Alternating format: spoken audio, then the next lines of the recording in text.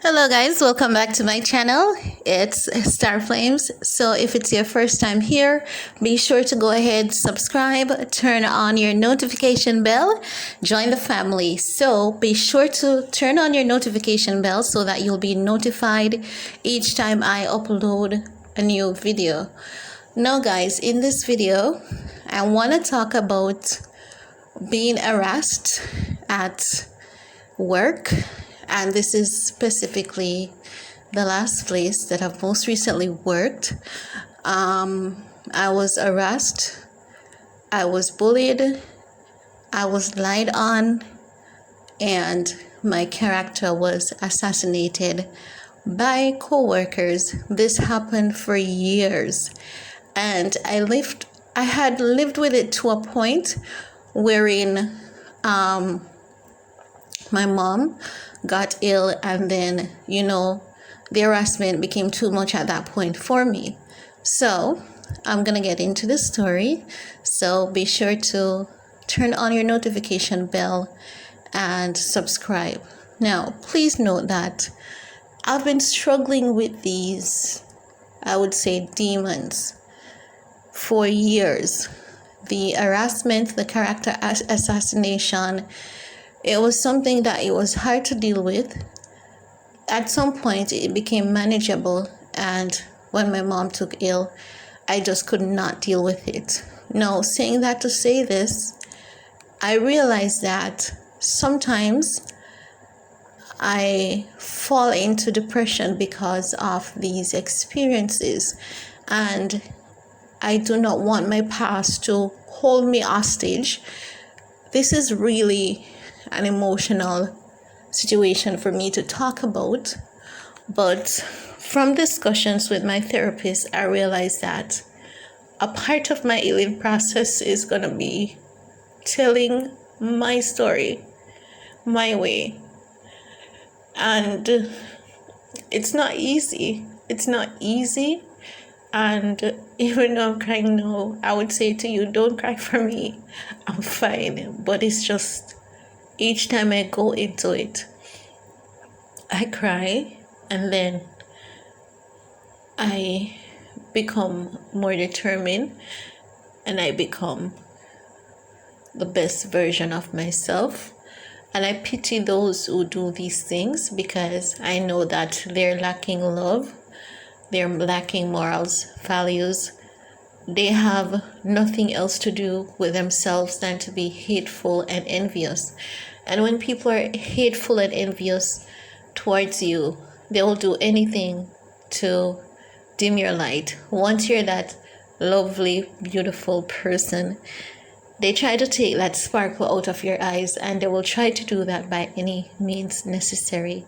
So this is how my YouTube channel came to be, and this is another nightmare, horrific story working in the BPO industry.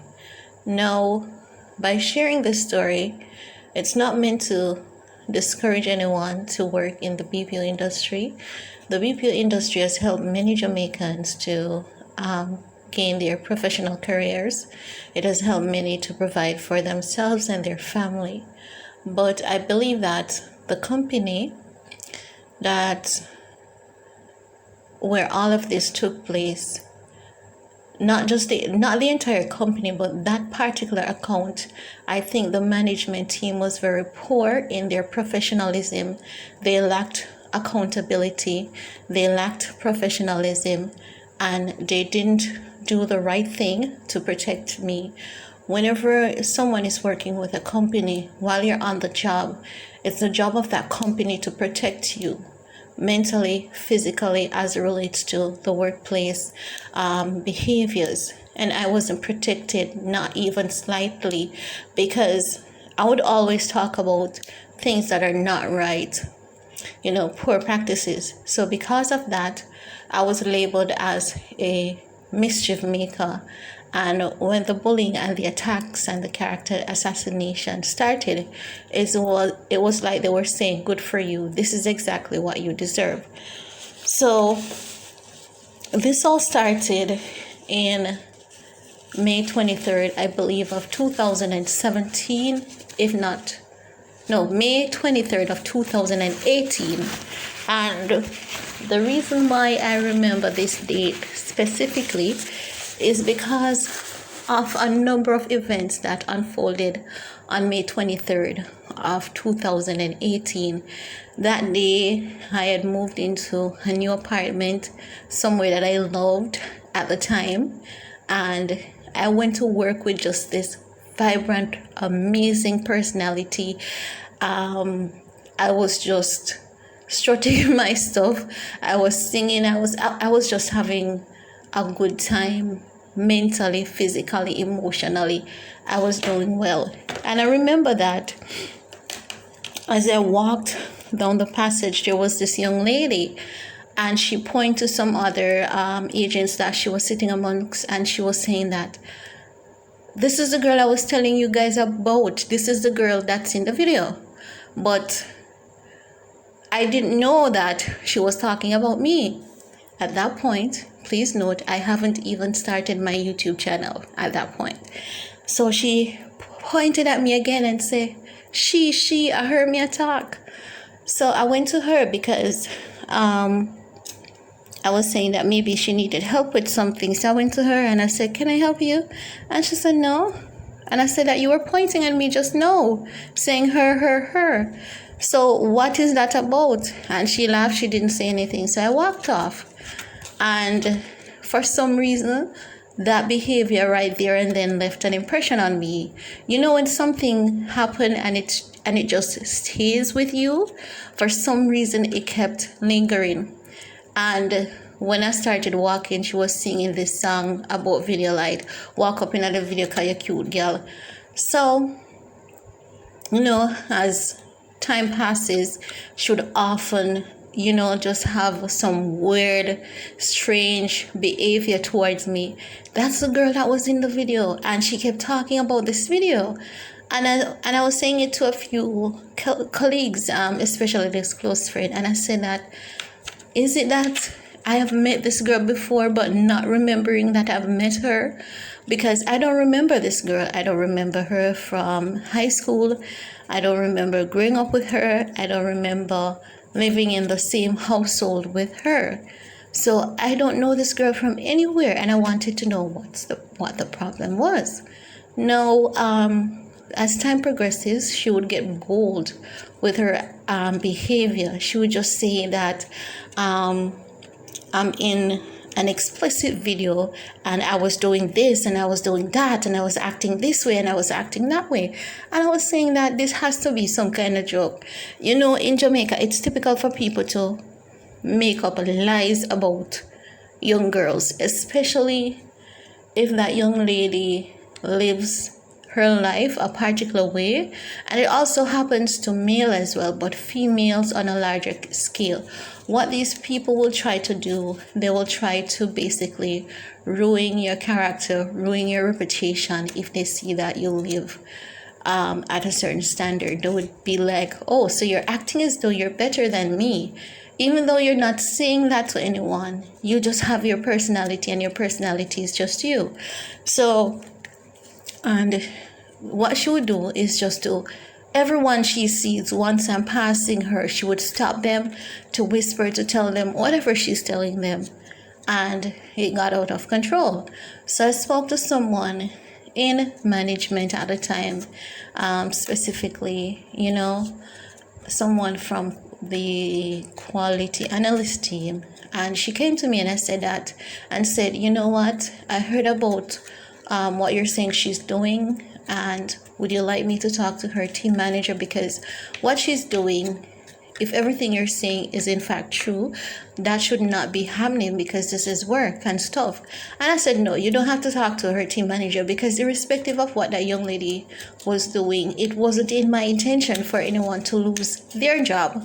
So she was saying that the quality analyst was saying, "Okay, I will talk to her, but if this gets out of control, you know that you're going to have to file an official report."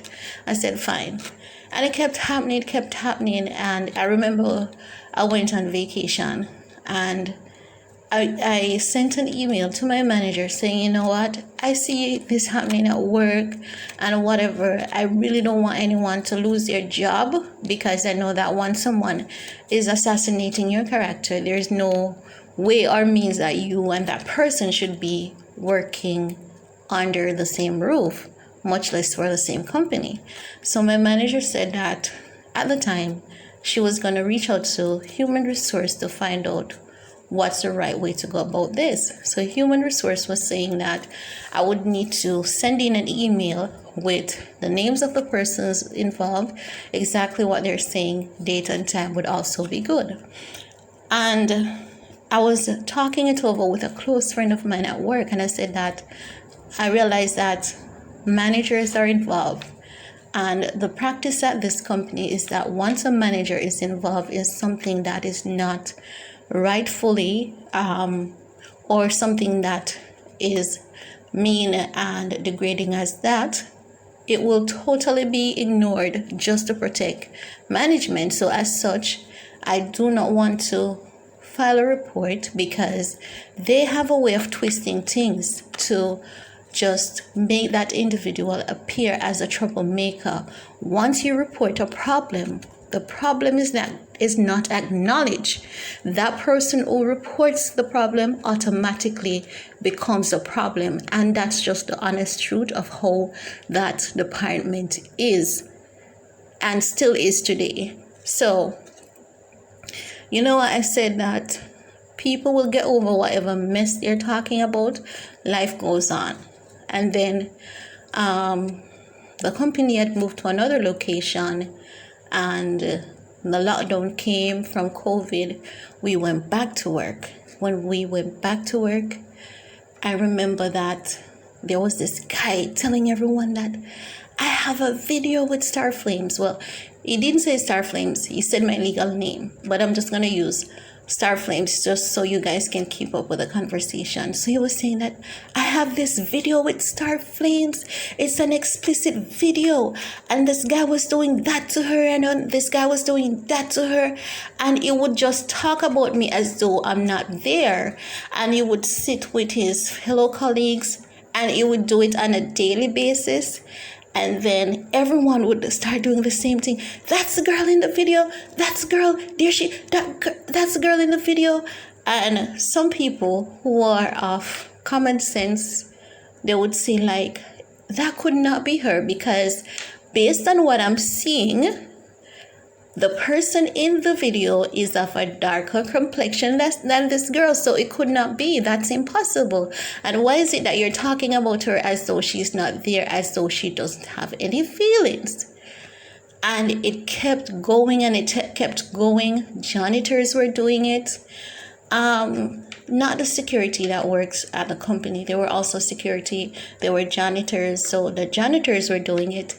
And I remember one day in particular, I was sitting in the lunchroom, having my lunch, minding my own business, because when I'm at work, I don't rely on a friend to go to the bathroom to go to lunch. No, I'm just this person who does everything by herself. So I remember I was sitting and I was having lunch, and this janitor came right beside me. She was almost stepping on me. That's how close she was. And I remember her saying that, look at you too, who is sleeping with people's husband, and now you're in a video and you're sitting here like you're this nice person, you're this top class person, as though you're a person. You're not even a person. So in Jamaica, people would say, you're going like you're somebody, but you're not nobody really. And she kept on. But I really wasn't taking it as anything, because I know that what she was saying wasn't in reference to me, because I know my life that I've been living. So anyway, moving on. This young lady, she kept talking. So someone came up close to her and said that you're creating mischief because the young lady is not messing around you. At this point in time, I had no idea that this lady was even attempting or throwing shades towards me. And every time this woman sees me, that would be her same behavior. Then I would hear people saying it's her. People would come close to me, and it was just out of control. And on a daily basis, this guy would point at me, it's her. I have a video with Starflames to show to you, and along with other colleagues. And I remember around the same time, and I remember clearly, and I'm not lying. My mom, this part is gonna be hard. I remember that specifically in June, my mom fell ill just a few days before my birthday. And I felt that my entire world was coming apart. I could not eat. I could not sleep. I just could not function. And I reached out to a manager and I said, this is what is happening. And I don't know if I can do work at this point. And I need some time off. Can I get my vacation days? My vacation days were denied, but I was referred to therapy. So during the therapy session, the therapist wanted to basically help me to, break down layers and how to really accept the fact that my mother was going to die, and this is going to be the illness that's gonna slowly kill her. So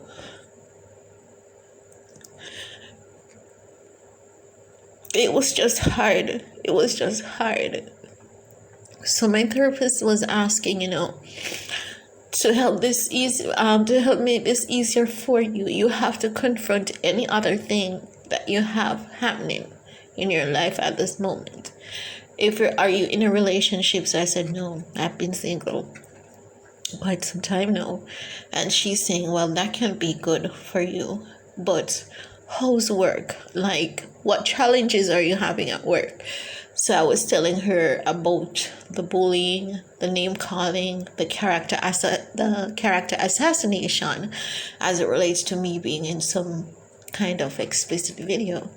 And she asked how long it was going on, and I started telling her that it started happening on May 23rd of 2018. And she asked, like, are you sure? And I was telling her how it started, what happened in between, and what's happening at the very present moment. So my therapist said that I think you should report this to HR. You have been living with this for so many years, and I think it's consuming you deeply inside. And she's saying that I don't even know how you go back into a building with people who are doing that to you. And I said to her that I realized that my frame of mind is different from most people. When people talk bad about me, and I know who I am, and I know what I'm about, what I do oftentimes, I pity them. I pity who they are, and I'm just happy that I'm not like those persons. And she's saying, yes, but it definitely does damage. No matter how strong you are, those things will definitely hurt you. And at this point, you cannot deal with anything else, because you have to accept the fact that your mother is slowly dying. Your mom has a brain disease and it's going to kill her. And that's just the honest truth. And you also have to accept that your father could be next. So that made me submitted a report. But I was telling her that I really don't want to file a report.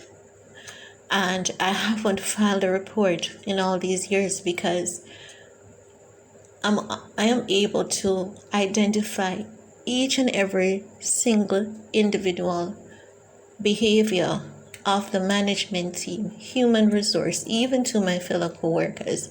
And once you identify a problem, once you report something, especially where management is involved, you automatically become the problem. And what they do is that you will be this perfect agent all along. You'll be their number one. But once you cross them, there's that call that they have for you to say that you did this and you did that, and you will lose your job. No, I wasn't afraid of losing my job because my job wasn't doing anything for me anymore. This was in the height of COVID. There was inside theft as it relates to our salaries, so I wasn't concerned about losing my job. I was concerned about being lied on, being teamed up against. But I decided that I'm going to give it a try, knowing that the therapist, encouraged this. Let me just follow through and see what happens. So the report was submitted about what was happening. And when the report was submitted, I waited almost a month for an update or a reply. There was no update. There was no reply. So at that point, I had to be pressuring, calling, emailing, and the character assassination grew intensely. The harassment grew intensely. The bullying grew intensely. It was as though lawlessness had taken over for the shortage of salary. So it was just people showing up to work, behaving however they wanted to, saying whatever they wanted to, talking about me as though I'm not there. And what was funny is that if I should go to the supermarket and run into any of these individuals, it would be a totally different behavior. On the road, it's a totally different behavior, but at work, they felt so safe. They felt so protected. They felt so together. They felt so unified in their effort of assassinating my character, saying those things about me. And what is sad is that, let's say everything that they're saying is 100% factual. Let's say what they're saying is true. Let's say there is some explicit video out there with me. The reality is that I have never authorized anyone to take any photograph or videos of me, and that would be a crime. And you are also participating in committing a crime, and that is not legal by law. And by law, you can be fined and imprisoned for that. But these people, they will know what they're doing. But it just makes them so happy to tear you down because you act as though you're perfect. You come into this work where you don't sleep with any of us. You don't give any of us a chance. So, you know what? Even if this isn't true, I'm going to repeat it. I'm going to say it. And at one point, there was one individual who actually said the same exact thing. Even if this is not true, she's too extra. She's too show off. She acts as though she's better than everyone else. So even if it's not true, I'm going to share it. And where is she from? Where does she live? Where is she from originally? And that was the question that was asked. And again, I sent emails. And I have all those emails as proof. I sent emails again and nothing was done. And we are approaching December. Nothing was done. Remember, I said that my mom took ill in June, a few days before my birthday. I had to seek therapists, which was in early July. The complaints were submitted early in July. We're in December now.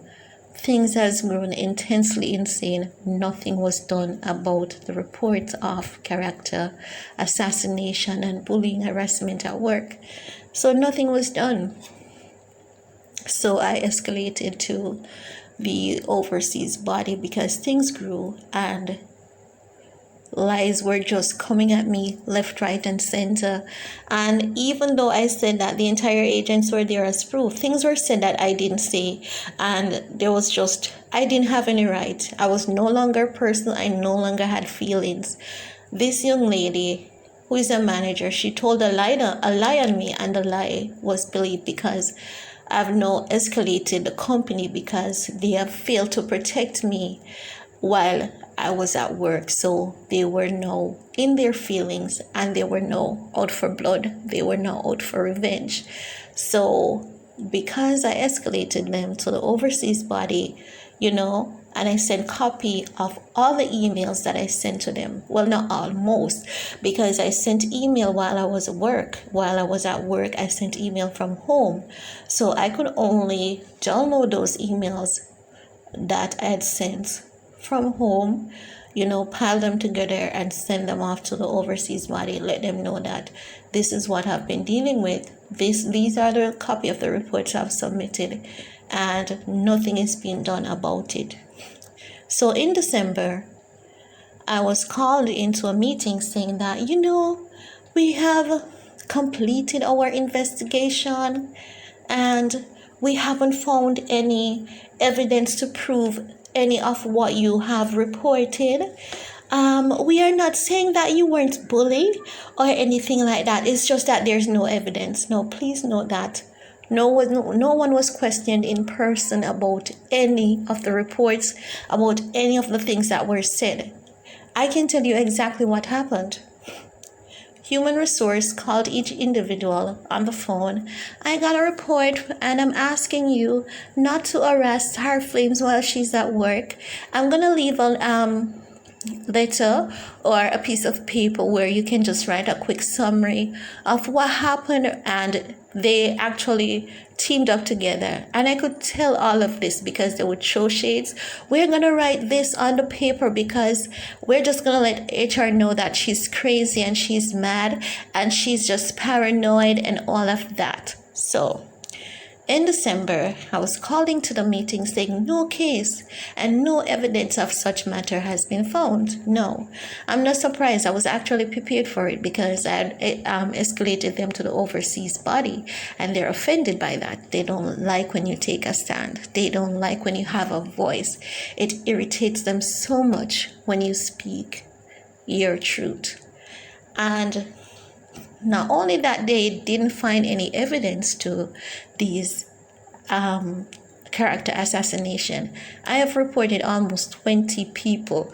And when I said that I reported 20 people, they were the most persistent and nothing was done. In the same meeting, it was said that I was rude and abrasive to a customer. No, for 6 years, I've never ever been rude nor abrasive to a customer until I escalated the abusive situation at work that the immediate management and human resources team failed to do their job. They failed miserably, and they also failed by not taking accountability. So instead, every day someone was tapping into my line and I was saying it to my friend that someone is on my line. So I was never rude and abrasive to a customer until almost 6 years of being at the same company. And I was only rude and abrasive after escalating what was happening because the management team and HR had failed me. And it was said that I would have to seek therapy before I would be allowed to come back to work because they're not sure if that situation that I had escalated had led to me being abusive to the customer. No. You said that there's no evidence or proof that I was being bullied at work. However, instead of you doing a termination, you said that you're going to give me the benefit of the doubt. Right there, it shows that they knew exactly what was happening and they were in denial about it. Because if nothing happened, and if there's no proof to anything of what I'm saying, why don't you just move forward with the next step? But they knew very well, and they knew damn well what they were doing. So I was referred to therapy, and the therapist said that she was actually disappointed that I told her that if I had escalated, this was what would have happened, and to see it happening, she is just a bit sad, but also she appreciates the fact that the company is trying to somewhat make some kind of steps to ensure that I'm okay and everything. And what shocked me is the fact that the last discussion with the therapist said to me that It's just shocking that they think that all these things that you have reported is a case of paranoia. How can they think that someone who's been bullied and harassed for years is paranoid? So the therapist is saying at some point in time, your paranoia would have gone out of control, and then you would have had to get medical attention. But to know that your story has always been the same thing, same manner, how can they even think slightly that this is a case of paranoia? Until this day, no one has been held accountable for assassinating my character at work. I was the only one who was held accountable for that. But this is my story, and this is the second in many to come. It's time for me to tell my story. Some may not like it, but remember, it's about me. It's not about you.